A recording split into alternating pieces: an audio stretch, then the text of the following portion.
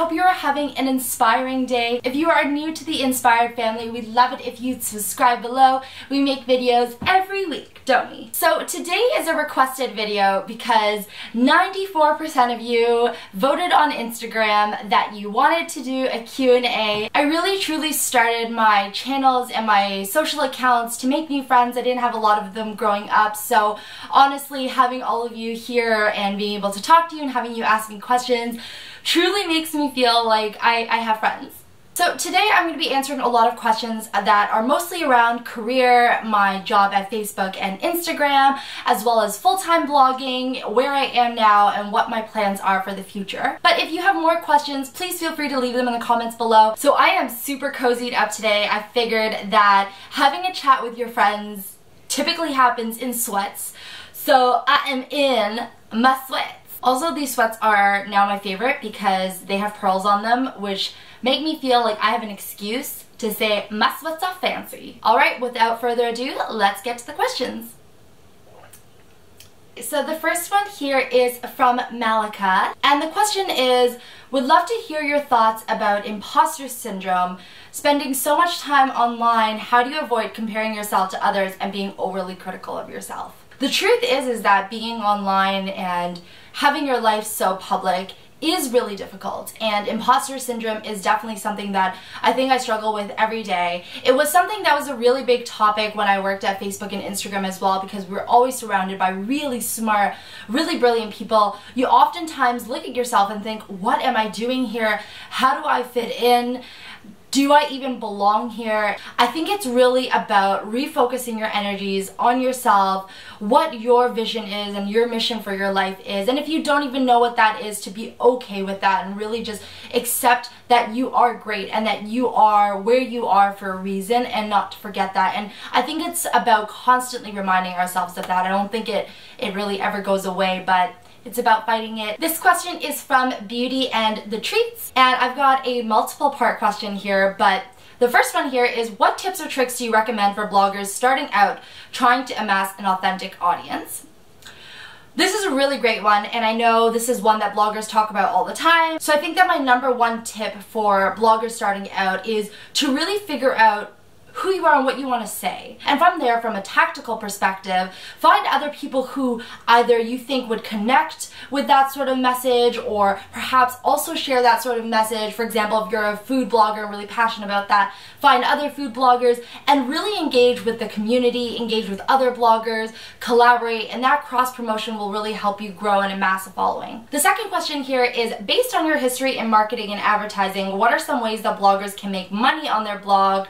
Trusted PR firms, strategies, if you please. There are a couple different ways you can make money on your blog. There are affiliate networks, so that means that if I put a link on my website and you click on it and you buy something, I as a blogger make commission from that. Second thing is endorsements. So that's when you work with brands collaboratively to create branded content or sponsored content around their product to promote within your pieces of content. And the third is obviously display ads or pre-roll ads, or basically any automated ad from an ad network. If you're on YouTube, pre-rolls, so the videos that come up before a video, or on your blog, you've got the banners. In terms of trusted PR firms, I think it's really about relationships, right? PR people are really just people, and building those relationships develops that trust. But PR firms, you have to remember, are there to represent the brand, and they have a specific goal and a specific mission and a KPI that they're trying to reach. So you have to keep that in mind. This is from Adriana,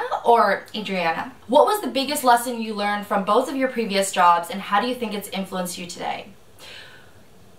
Ooh. So in all of my jobs previous, I think that the biggest things that I've learned were, one, to be confident. So with any successful person, I think that when they have a vision or something that they really believe in, whether it's in your full-time job, whether it's in your own business, they truly, truly believe in it, and because of that, they're confident in that thing. I think that any of my success throughout my career has come from confidence. I think getting the jobs that I want came from confidence in knowing that I had value to present to the company that I was interviewing for. If I was making an ask to work on a project or to get a promotion, promotion or to apply for a new role within the company. Confidence and showing your value and being confident in your value, I think, is the single best lesson that I've learned and has sort of translated through all of my different jobs and hopefully now as a full-time blogger.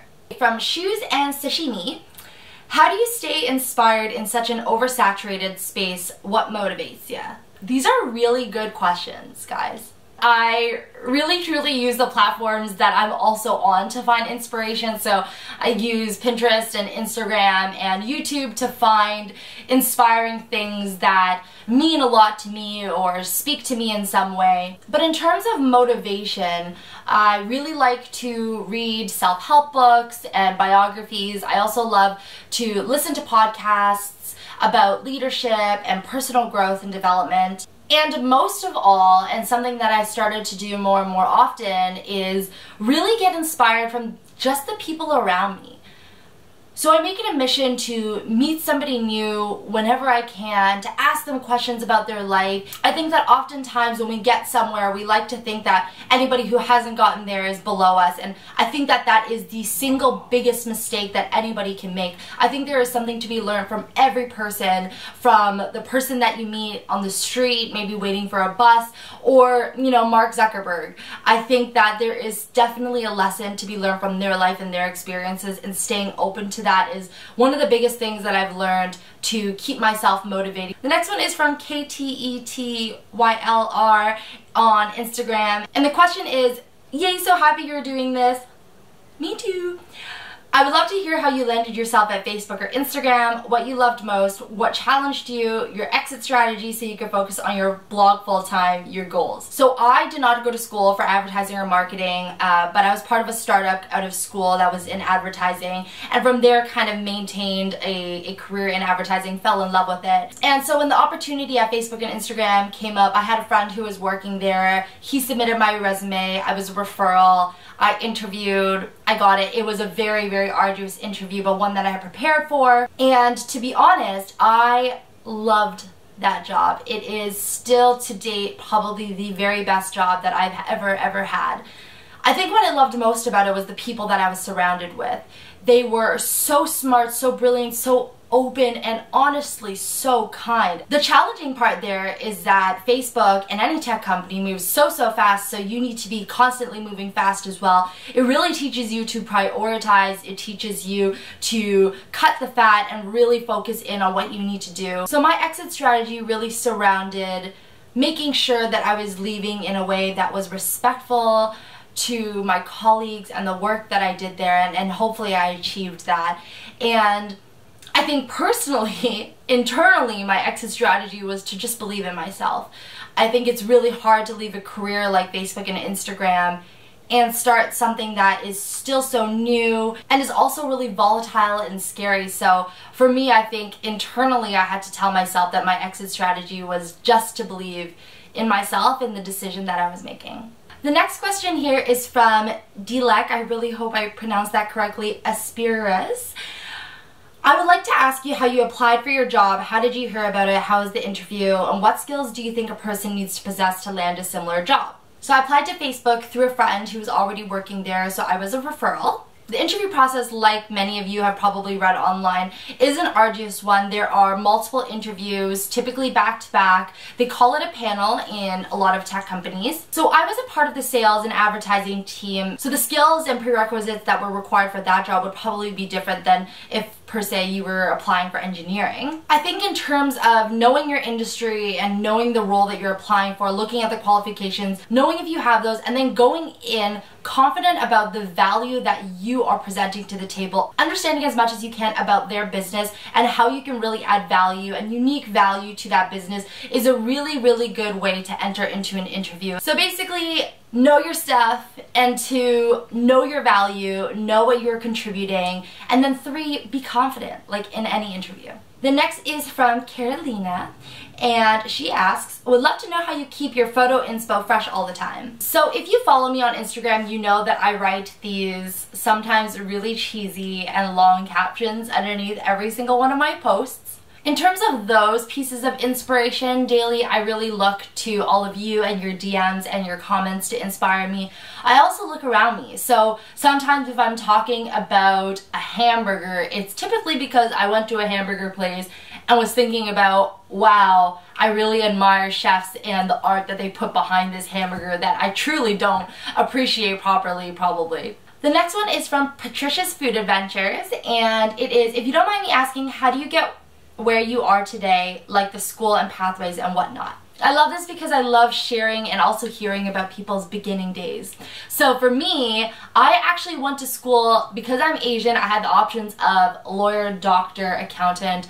I chose lawyer. I went to school as an undergrad, did a political science degree, thought I was going to go to Osgoode, which is a law school here in Toronto, and then got to third year university and was like, wah, wah. And so in my very last year of undergrad, I actually ended up getting reached out to on LinkedIn by somebody who was creating a startup. It was an ad network, ad agency sort of thing. So I started working there, and from there really just took off with the ad network and ad agency.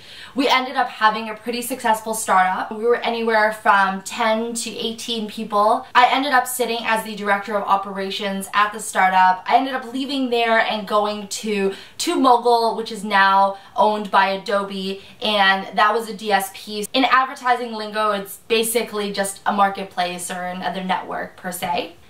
And then from there, I found myself at Facebook and Instagram, and then from there, I'm here. The next one here is from Hint of Grey, and she asks, pros and cons of blogging full-time. So the fact that I get to be creative every day and talk to all of you as my job is insane. And the second thing is really being able to collaborate with brands that I have known and loved forever as a consumer, and being able to feel like you're part of, or even just a consultant for their brand, for a brand that you've grown up with, is the most awe-inspiring thing ever. The third thing is, you know, being able to create your own schedule. That's been really great. It's allowed Dave and I to do a lot more travel than we used to. When I had a full-time job, you know, I had 2 to 4 weeks of vacation a year, so I really had to plan my vacations and my travels appropriately, and now I can go and explore the world and travel more and see more of it and be inspired without that time restraint. In terms of cons, I think, you know, realistically, blogging is a form of media and a form of advertising, so it follows the quarterly and seasonal trends of being really busy and then really slow and then really busy and then really slow. So you have really unpredictable waves of work, and financially that can often be hard to plan around, especially when, you know, you made a commitment like buying a house. I knew I was gonna get this one. From Wisteria Voyage, please tell us some secrets about IG algorithm.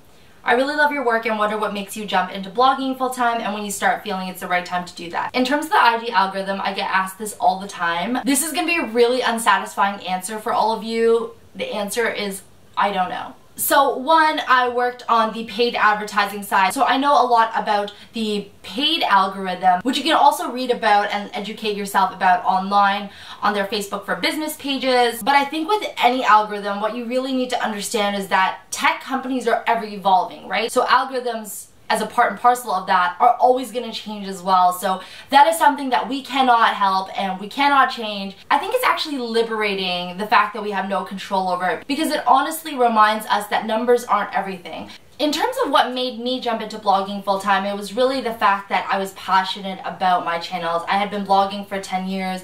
I've always loved creating. I've always loved connecting with people online. I think it's such a magical thing that we're even able to do that. The jump to doing this full-time really surrounded finances, right? That's the reality. When my blog started making me in and around or more than I was making at my full-time job, that's when I realized that I actually had a choice and that this was viable to do full-time. I think making the decision to do something like that full-time is a personal one. I think that you need to think about your life and your lifestyle and wonder if, you know, blogging can really sustain that or not. And I think you need to also think about whether you want to do this full-time. I used to love doing this as a hobby because it was my escape.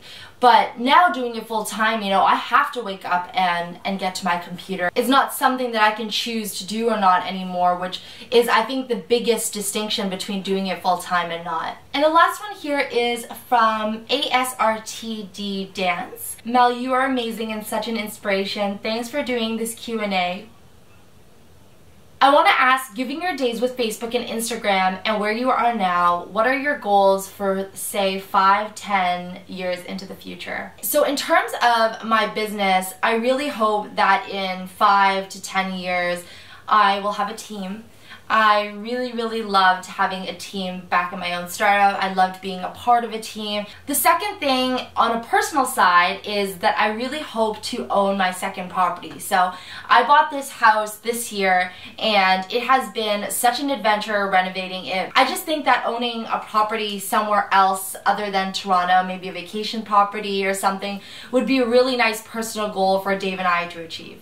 And those are all the questions for today's Q&A. Thank you so much to everybody who asked me questions. It honestly feels like I was chatting with my friends tonight with a cup of joe and my sweats on. If you did like the video, please give it a thumbs up. And if you are new to the Inspired family, please subscribe below. It means so much to us to see our Inspired family growing. And again, if you have any other questions or comments or anything, please leave them in the comment section below. I love hearing from all of you. And I hope you have an absolutely inspiring day. I'll see you next week. Bye!